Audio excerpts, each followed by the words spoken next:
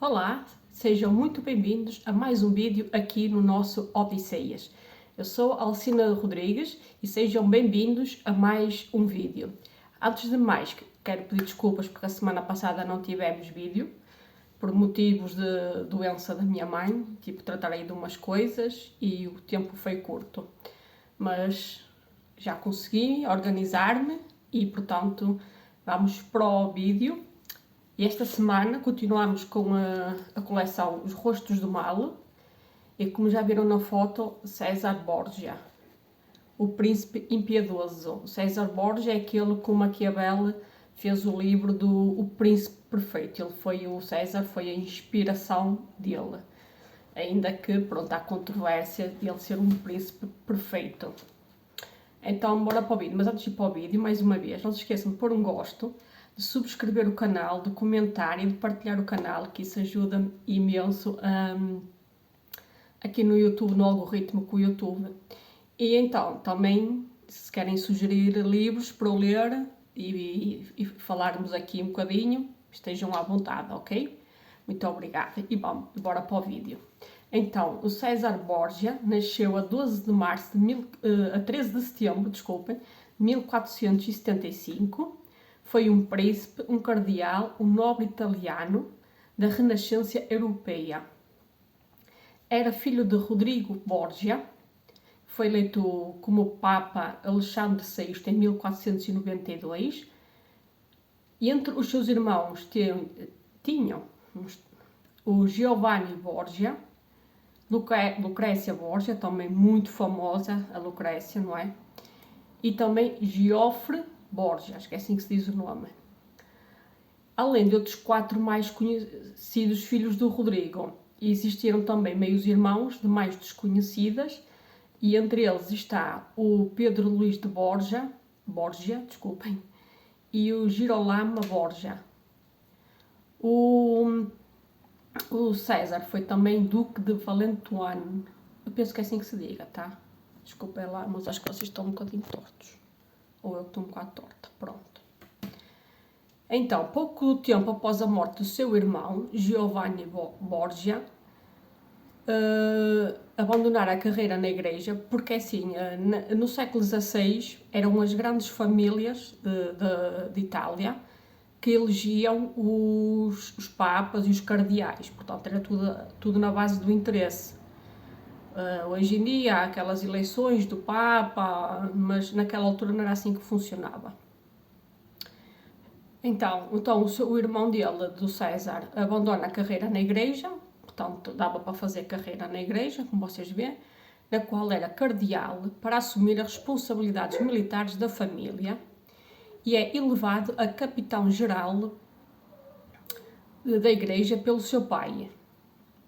E foi nomeado Duque de Valentinois, entre outros, pelo rei de França, Luís XII.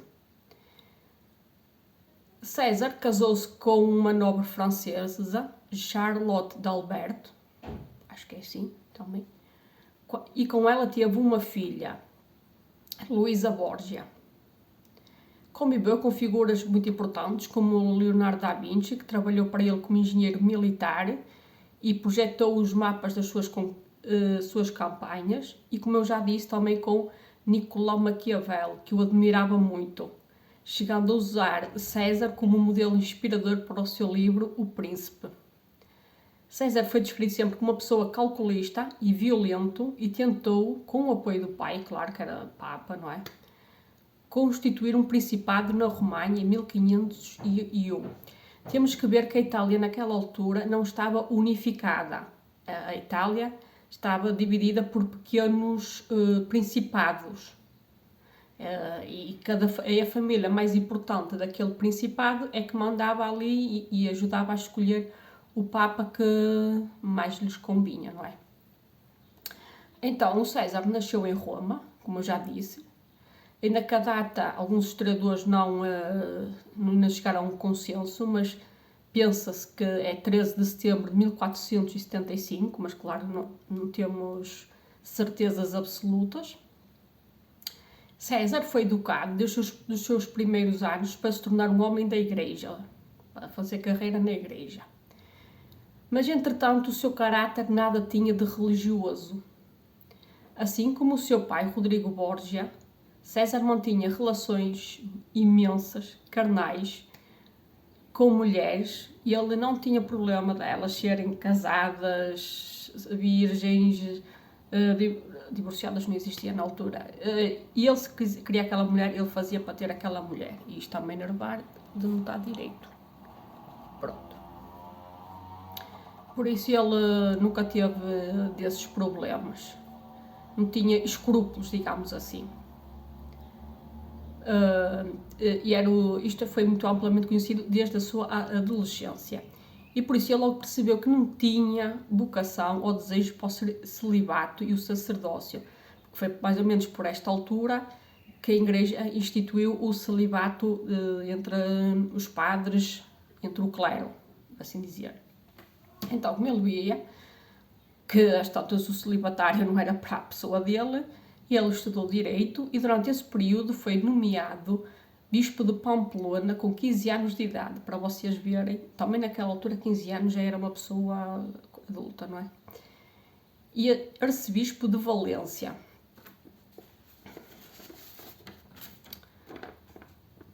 Isto posteriormente com 17 anos. Portanto, ele era muito bom naquilo que fazia, que ele subia logo. Com a subida do seu pai para o cargo máximo da Igreja, como Papa Alexandre VI, César é elevado a cardeal aos 18 anos de idade, tendo desde já, em tão tenra idade, um extenso currículo e significativa posição dentro da Igreja, o que não vale ter padrinhos, não é? Já nesta altura era bastante importante. Em 1497, com a morte do seu irmão Giovanni, que ocupava o posto de capitão-geral da Igreja e havia sido escolhido por Alexandre VI para assumir o lado militar da família, César encontra aqui a sua oportunidade para finalmente abandonar a indesejada carreira eclesiástica e ascender aos mais altos cargos da carreira militar. É assim, o César, o objetivo dele primeiro era, como já dissemos anteriormente, ele não queria seguir carreira eclesiástica, porque ele não tinha vocação. Mas nesta altura quase nenhum deles tinha vocação.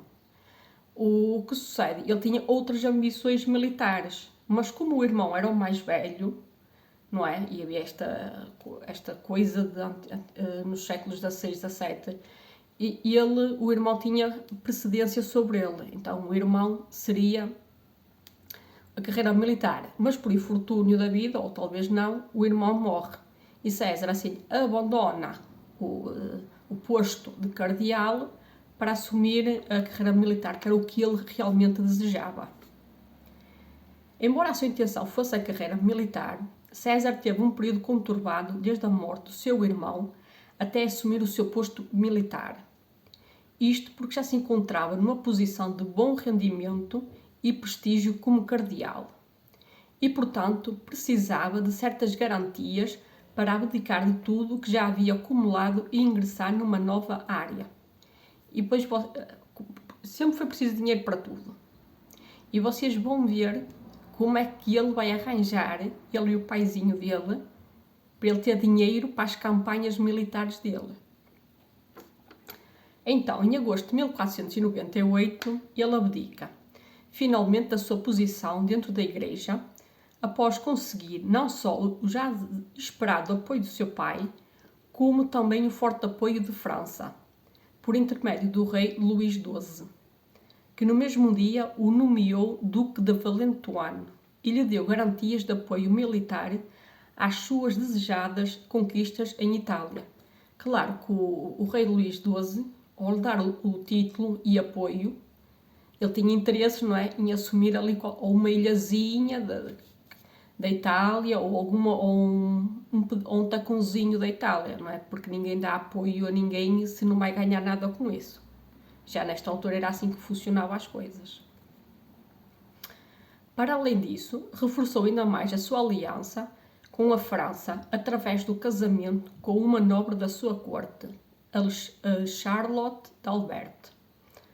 Todos estes apoios e consideráveis cedências da parte de Luís XII devia-se ao facto deste rei querer o divórcio da sua atual esposa.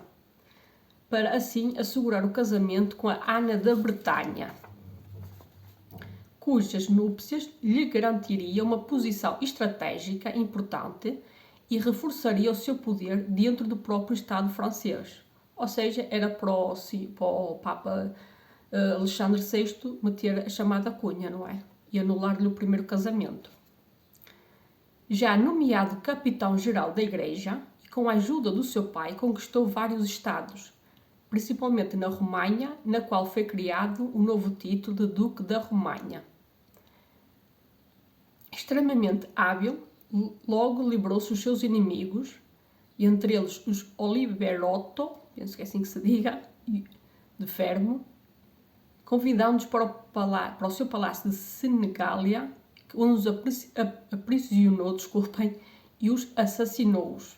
Porque era assim, que não venham com historinhas da carochinha, inimigo era morto. Depois de muita tortura, claro. Ganhou fama e glória, o que lhe possibilitou obter a simpatia e o apreço de grande parte dos cidadãos dos estados por ele conquistados e governados, tornando-se uma figura extremamente popular entre eles. Recebeu o título de Ganfaloneiro da Igreja pelo seu pai após conquistar Imola e Forli e foi uma forte influência para o livro do Príncipe Maquiavel, com o qual conviveu diversas vezes e o qual elogiou abertamente César na sua obra. Mas todas estas campanhas precisavam de dinheirinho. E então qual vai ser a ideia de César e do seu paizinho? Vender títulos de cardeal. É assim que não precisava ter vocação, precisava era ter dinheiro. Você tinha um filho, não sabia muito bem o que fazer com o segundo filho, vou-lhe comprar um título de cardeal e o rapaz já fica arrumado. E assim o César já tinha dinheirinho para as suas investidas militares. Era assim que funcionava. Portanto, passado 500 anos, pouco nada mudou neste mundo, neste nosso planeta. Apesar da sua imensa capacidade como estrategista, general e governante, não demorou muito até perder tudo o que conquistou após a morte do seu pai em 1503. Pois, é que depois já não havia o paizinho para vender os títulos de cardeal às grandes famílias. Sem Alexandre VI, inicialmente o seu poder era significativo ao ponto de conseguir influenciar a escolha do sucessor do seu pai, o Papa Pio III, que lhe manteve todos os benefícios que tinha anteriormente. No entanto, o pontificado do Papa Pio III durou apenas 26 dias, após os quais este faleceu. É-se lá saber como, não é? Por esta altura, César de Borgia encontrava-se numa situação delicada. Estava doente e bastante enfraquecido enquanto político, derivado das várias relações sexuais que ele teve, não é? Naquela altura não se falava em proteção e ele já tinha uma parte da cara desfigurada, derivada dessas doenças que existiam na altura e continuaram, não é? O Papa Júlio II, desprezando o acordo com César, como a preservação das suas posições dentro da Igreja e dos seus estados, rapidamente começou a tomar medidas para lhe retirar todo o poder adquirido até então.